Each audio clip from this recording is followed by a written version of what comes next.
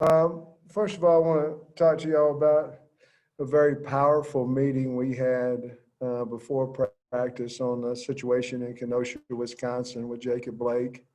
It was powerful, and I was awful proud and am awful proud of our football team. And the things that came out of that meeting were very beneficial to myself, very beneficial to their other teammates. And we're going to make some type of a statement about that situation sometime next week. I believe our players will make a statement today about that. But I want to tell you, I'm 100% behind our football team and our players, and I'm very proud of them. Along with the scrimmage today, we went about 50 plays with the ones and twos, somewhere around 25 with the threes. We also kicked in all phases of the game: punt, return, kickoff, return, PAT, field goal.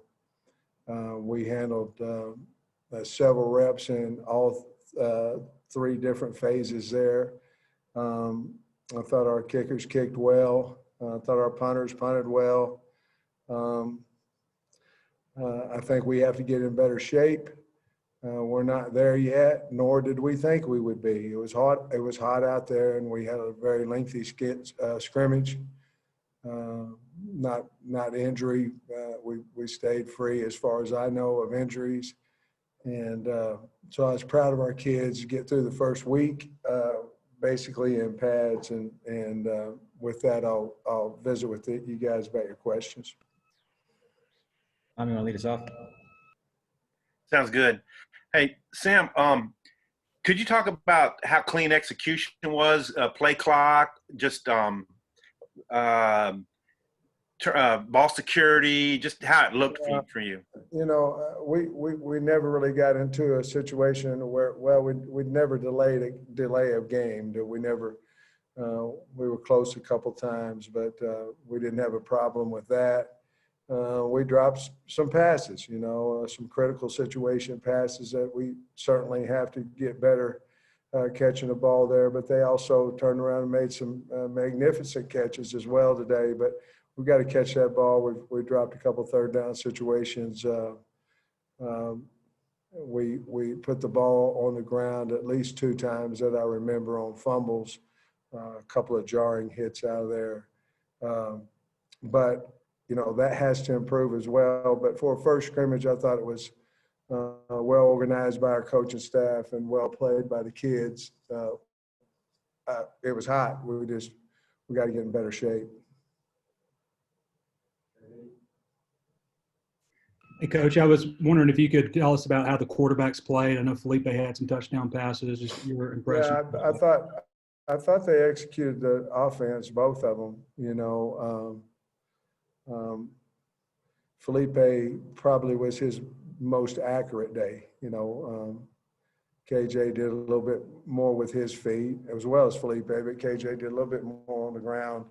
But I thought both of them played well. Certainly, we missed a few throws that we have to make in the future because, you know, every down is so critical.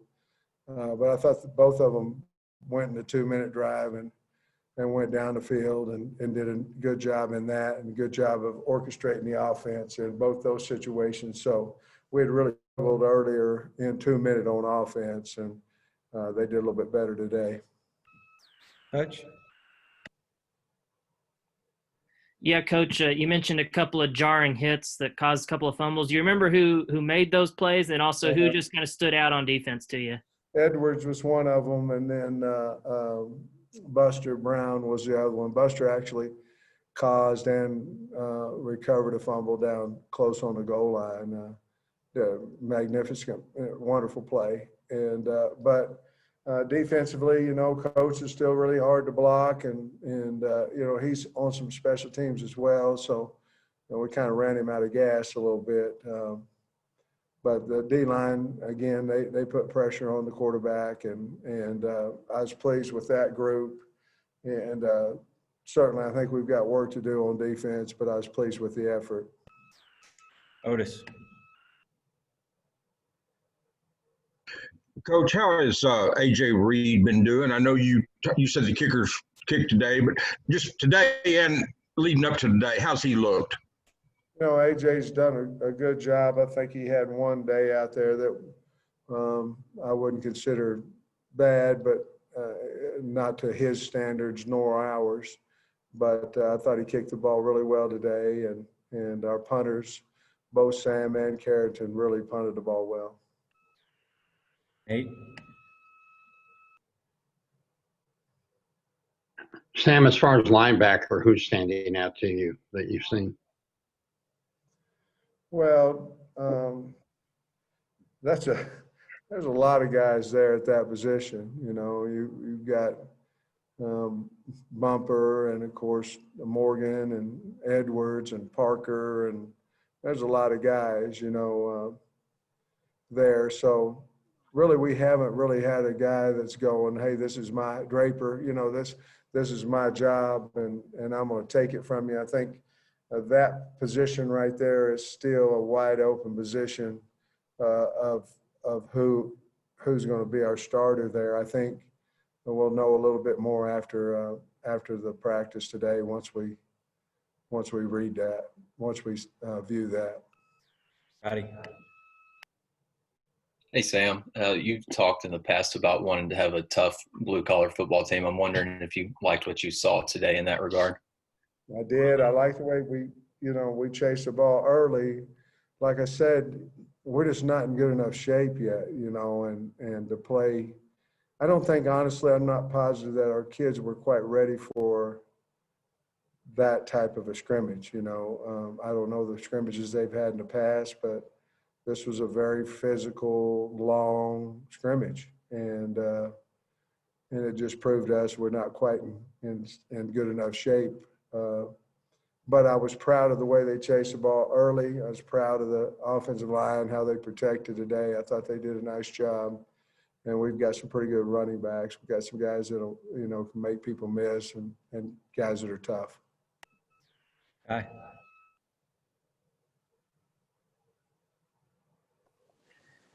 Kyle told us before he came on, Coach, that Traylon Burks had a touchdown. You mentioned a week or so ago that he's kind of earned your respect with the way he's been practicing.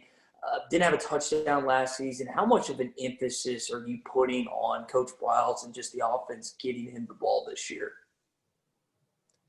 Well, he's a really good player. So, you know, it has been a much topic of conversation about getting the ball to the guy. And we've got the ball early to him today, and he took off, you know, and not only is he big, but he's extremely fast. And so he, you know, I think he can run the football as well as catch it, but he's so dynamic with the ball in his hands. It can't be a game where we go, well, we got it to him 2 or 3 times.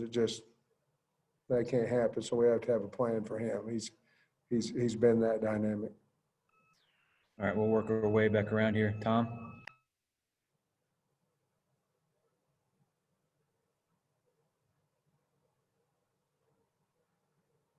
There we go. Coach, the running backs, what do you think of Boyd in that group? And also Hudson Henry, Kyle said caught a couple touchdowns. Yeah, Boyd was limited a little bit today. We limited him. He didn't get as many carries. I don't know what he carried it, maybe 3 or 4 times, and maybe two or three times. I don't know. Not very many, and that was as planned. We were trying to get Burks and Oglesby. Both those guys look good, along with Dominique. I thought those kids run the ball extremely hard, and I was proud of that. And of course, Henry, he caught a couple of short passes for touchdowns today, and it was good to see him. He broke a tackle and got in the end zone. So it's good to see him have some success. And I was proud of that tight end position today. Bob?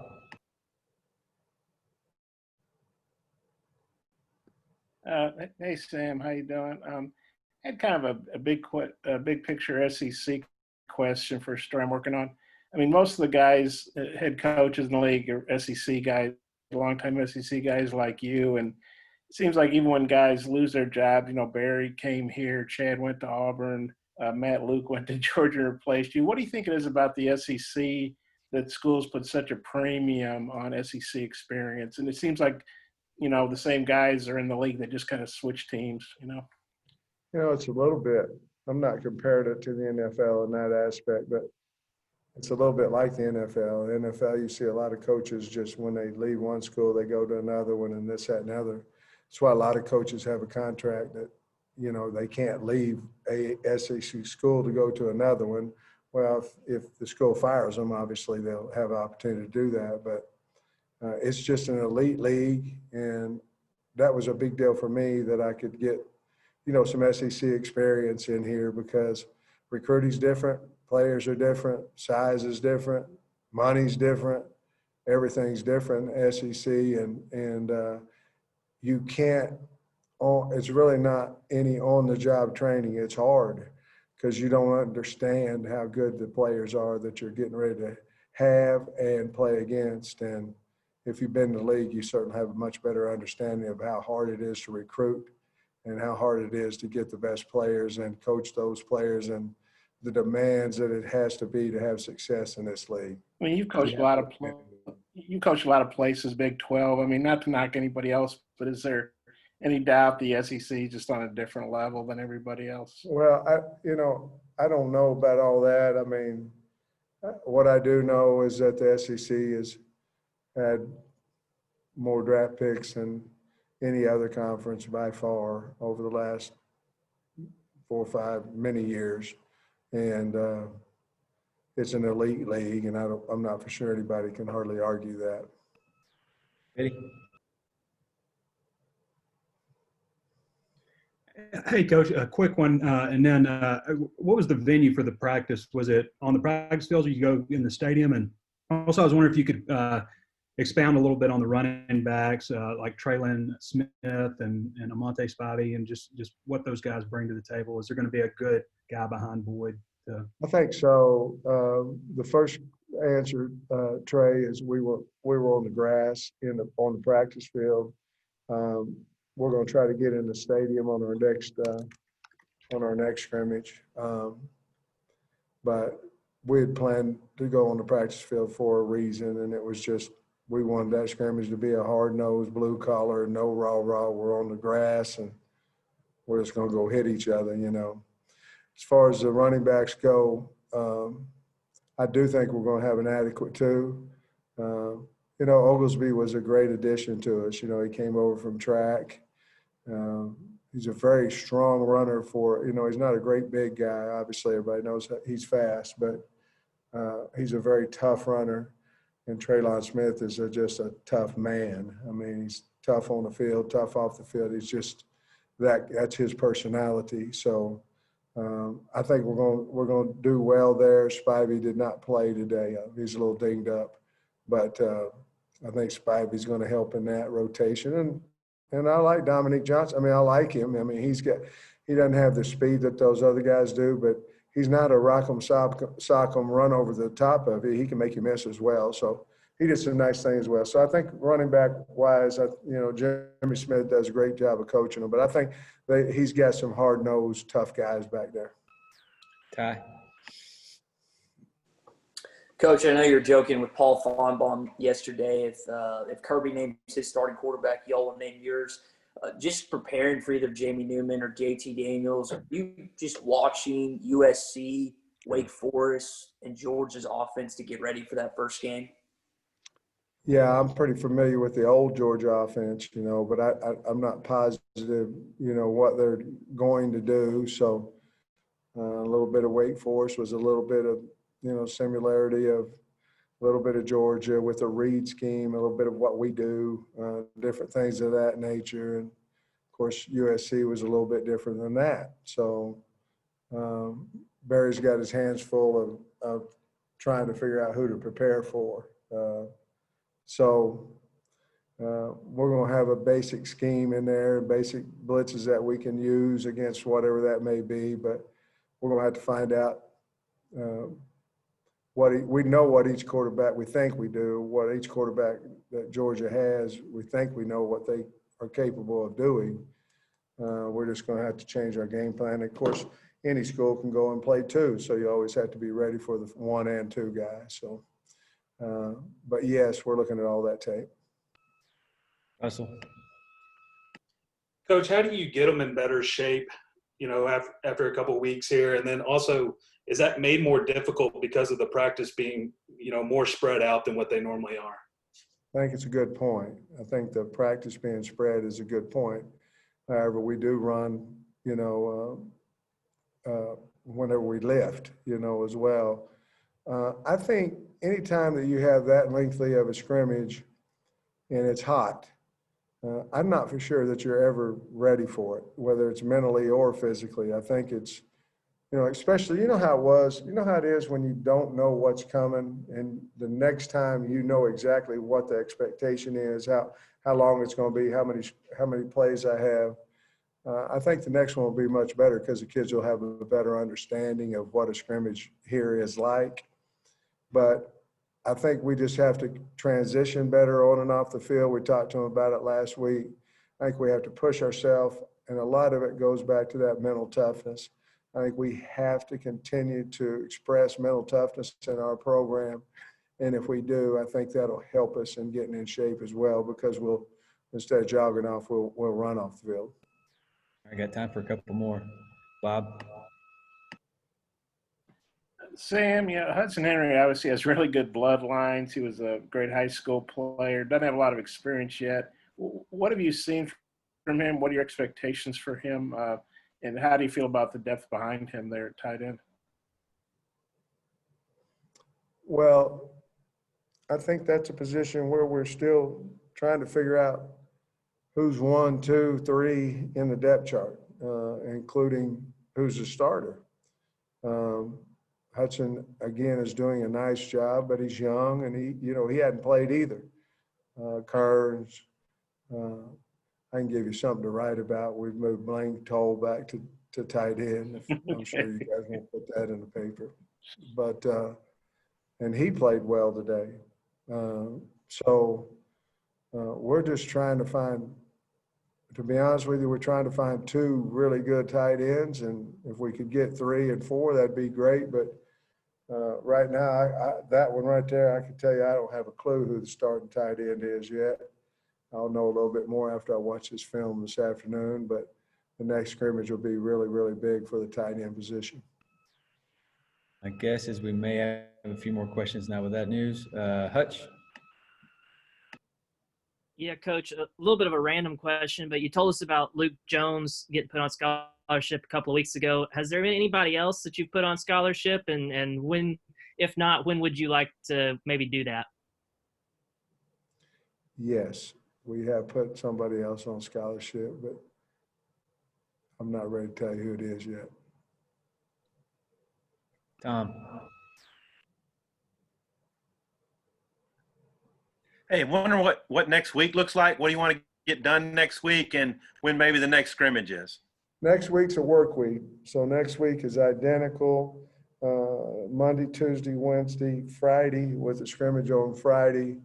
It's a 2-hour practice every week. It's a go get it week once again. We may tackle a time once other than the scrimmage, but if it would, it'd be on a limited basis. But it's going to be a major work week. We're not worried about their legs and all that stuff right now. We're worried about getting in shape. I think you had mentioned her. I'm sorry. Go ahead. And then after that, then we have another 4 week and then 2 5. So we probably won't back off the pedal until at least another 2 weeks. Okay. I think you had mentioned earlier that maybe 2 scrimmages and maybe 3. Is that kind of still where you stand? Major? I couldn't see us having 3 scrimmages, to be honest with you.